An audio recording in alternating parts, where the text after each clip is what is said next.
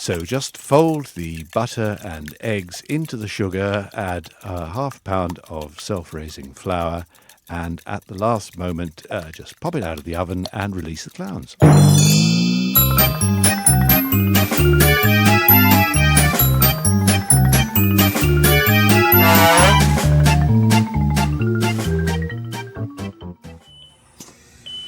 Although she's in a very deep coma, she may still be able to hear what you say. So try talking to her normally. It could help stimulate her brain. No worry, babes. We know exactly what we're doing. We're footballers' wives, know what I mean? Not really. She's our best mate, you know. You might have seen us all together in the papers. We are sort of famous. Are you? Oh, I see. OK, I'll leave it to you then. Just keep talking to her. I'll be back in a few minutes. Cheers, babes. What do we say to her? Let me think. Oh, I know. Oi! Chantel! You look like crap. And that hospital gown is disgusting. Yeah, and your oxygen mask does nothing for you. Oh, I don't know. It hides her face. No, but you've got to laugh though, ain't ya? It's the best medicine. Poor thing. Don't she look terrible? Hey, I got an idea. Let's give her a footballer's wife celebrity makeover. Yeah, that'll cheer her up. First off, I'll just whip that oxygen mask off, like so.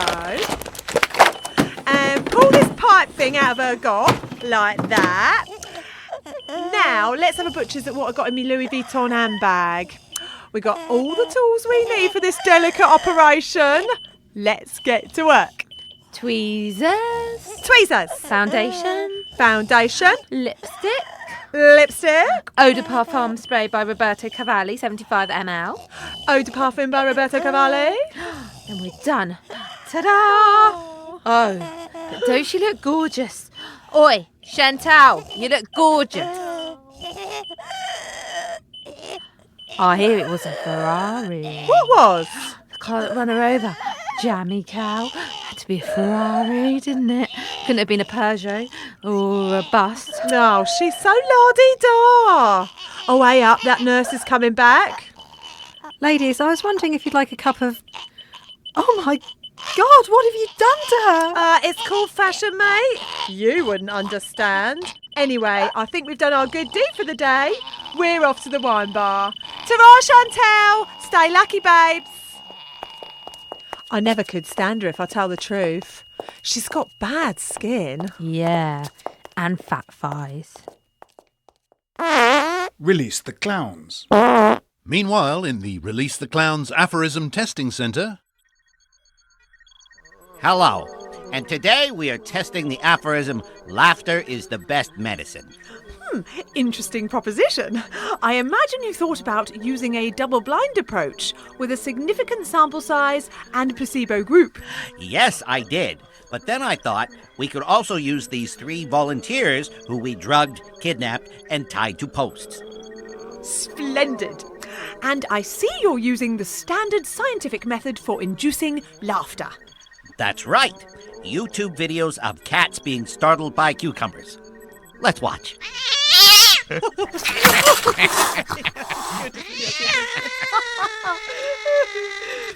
Those should prove the perfect catalyst. Quite. Now to subject 1, Keith, who suffers from... Bronchitis.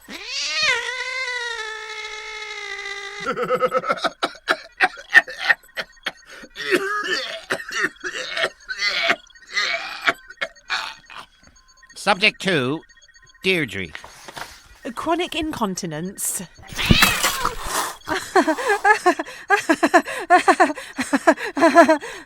Oh.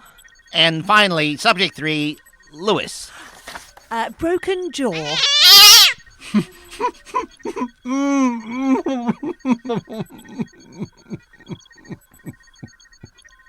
Aphorism tested and debunked. Let's take another look.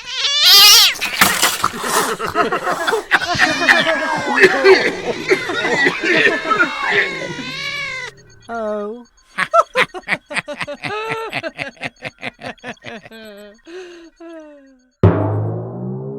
Social Distance Festival for this year. Release the clowns.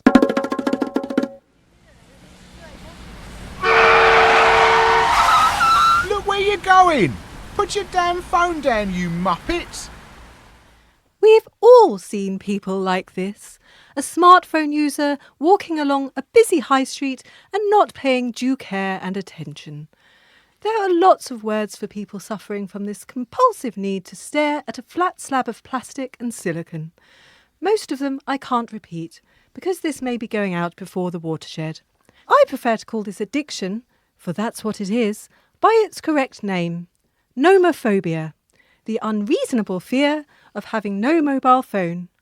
I spoke to Lula, a recovering nomophobic. I didn't think I had a problem. It's just a phone, right? But I found that I was checking it all the time. I'd become anxious if I didn't know where it was. It began to affect my marriage. I knew I had a problem when I found myself texting my friend Sam, checking up on Facebook, bookmarking a chicken casserole recipe, and playing Colour Switch, all whilst having sex with my husband, Peter. We caught Lula's nomophobia in time. She's now the grateful owner of a second-hand Nokia, and the whole family's a lot happier because of it. I couldn't have done it without Peter. Yeah, you look me in the eye when we're doing it now. Even doggy style. But not everyone is so lucky. If nomophobia goes untreated, it can develop into stage 2 nomophobia, or total twat syndrome. Constantly holding the head at a 45-degree angle eventually leads the bones of the neck and upper spine to fuse. The head is locked at an angle that's ideal for texting, but absolutely no use for anything else. The results can be catastrophic. Oi, look out, you total twat! That's the edge of the platform!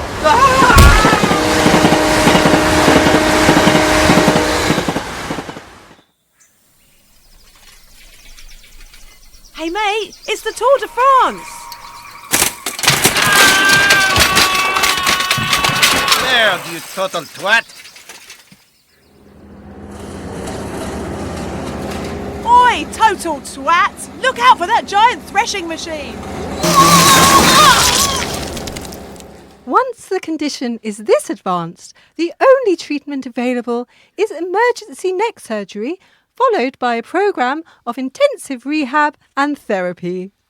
We dropped into an outreach clinic we run that's attached to Stoke Mandeville Hospital. There's no signal, we don't care. There's no signal, we don't care. I'll just get that. Step away from the phone. Let me get it. It might be important.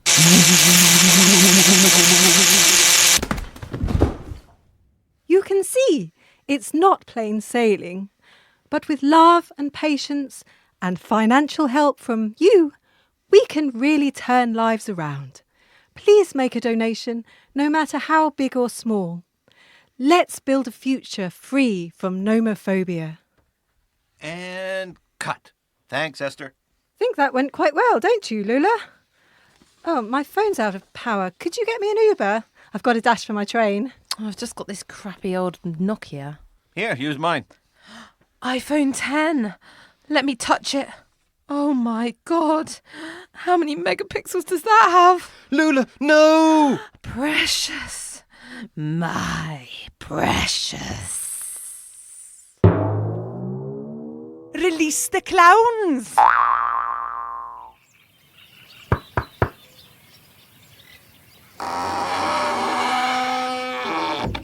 Hello? Hello, love. Just let me check. You are the wizened old crone and this is the spooky gingerbread cottage in the middle of the woods? That's right, dear. I'm Dean from AB Supplies. I'm here to fix your roof. A cup of tea? Nah, thanks, love. I'm just crack on if you don't mind. I need to get the chocolate buttons off the lorry and then start mixing up the icing. Oh, very well. What about an apple? I've got a lovely, juicy red one. Nah, I'm fine.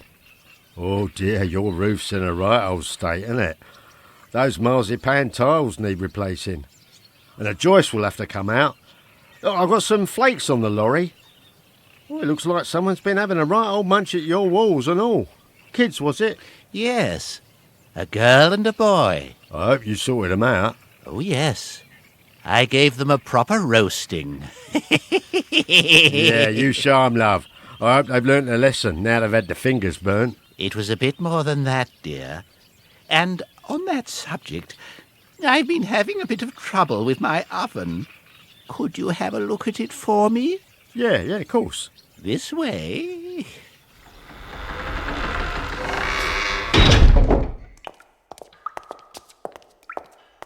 Nice carpet.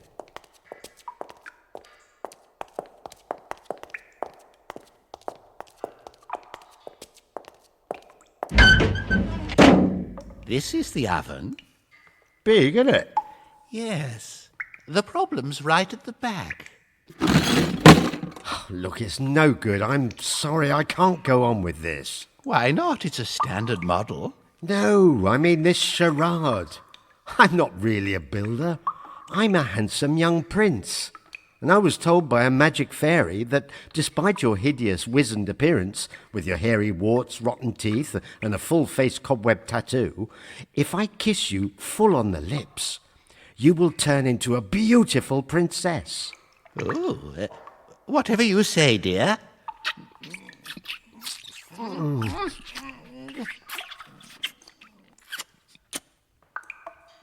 Oh, for fuck. I'll kill that bloody fairy. Ooh, that was nice. Oh, well, in for a penny. Do you mind if I turn the light off? Ooh, cheeky. Release the clowns! And now Mafia nursery rhymes with Mad Joe Santini.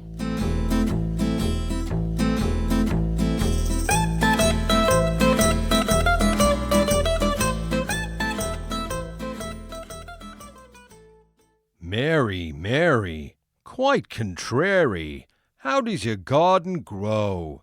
With silver bells and cockle shells and snitches' heads all in a row. Dirty rat bastards.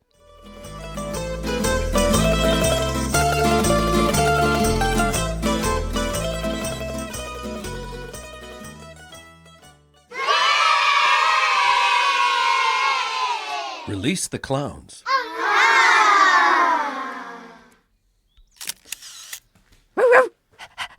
The forensic team's just finishing up, Sergeant Trubshaw, but it's not looking good. They're totally baffled.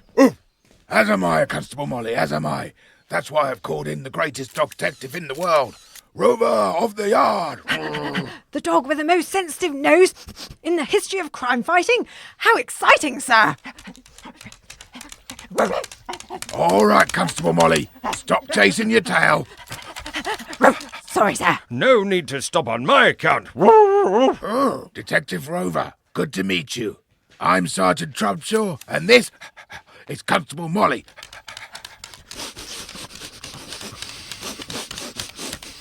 Good to meet you. Although I should lay off the kibble, Trubshaw, I can detect a spot of kidney trouble in the offing for you. Thank you, sir. And what about me, sir? What can you tell about me? You're 4 years old, star sign Sagittarius. You enjoy walks in the park, drinking puddle water, and occasionally you like to eat fox poop. You've recently had your anal glands squeezed at the vet's, and you'll be in heat by June, though you're not sure whether it's the right time to have puppies, as it might affect your career. Amazing! Ooh! And you can tell all that just by sniffing my bottom? Indeed. But I'm not here for politics. I've come to solve a crime. Oh, it's right here, sir, and it's a bit of a sorry sight. By Lassie's wagging tail! I've never seen anything like it. If I'm not mistaken, this rug is the infamous Kerman vase Persian rug that last sold in auction for €7 million. And there, in the middle of it, is an enormous pile of poop. But whose poop it is and why it's there is a complete mystery, sir. All the boffins have come up with so far is that the perpetrator eats Winlot and they had a carrot yesterday. We also found this next to the sofa. A squeaky rubber ducky. Ooh! Is that a clue, sir? Down, Constable Molly. Can't you see he's entering his mind kennel? At this very moment, he's searching through years of case files in his head to see if leaving a squeaky toy at the scene fits the MO of any known criminals. Yes. I think I'd better have that, Sergeant Trubshaw.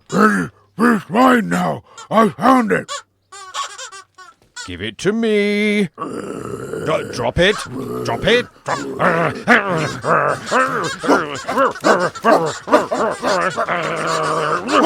Thank you, Trubshaw. I would think I will be keeping it for further examination. Yes, sir. Now, stand clear. I need to examine that poop. Interesting. Yes, worm tablets. An intriguing hint of Wednesday. No, not carpet slippers. Espadrilles. Yes, prefers EastEnders to Corrie. Aha! Have you got a clue, sir? No, I've cracked the case. Well done, sir.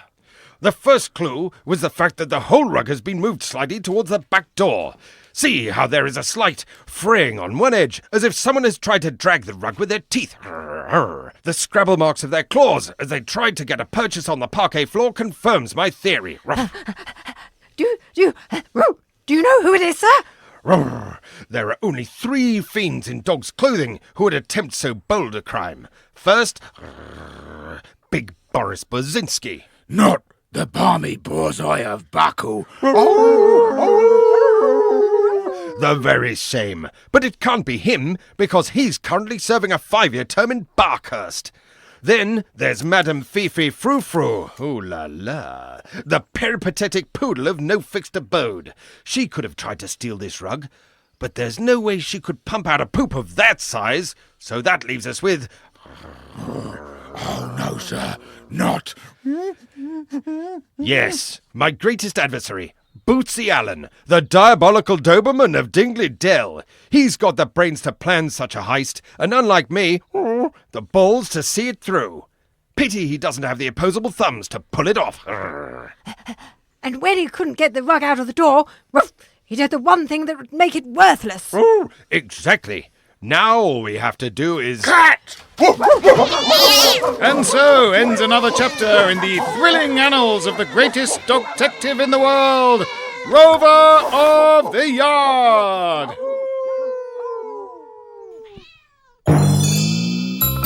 Release the Clown starred Holly Meachin, Casper Michaels, Joe Tilley, Alex Marion, Karen Morden, Nick Hildred, Dan Willis, Simon Edwards, Phil Whelans, Martin Hyder and Phil Nice. It was written by Alex Marion, Nick Hildred, Phil Nice, Martin Hyder, Karen Morden, Kevin Hopgood and Michael Brandon.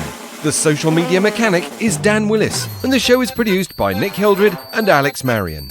If you're enjoying Release the Clowns, then why not tell the world and give us a review on iTunes or whatever platform you use. Every review is much appreciated, gives us a warm, fuzzy glow, and really helps raise our profile.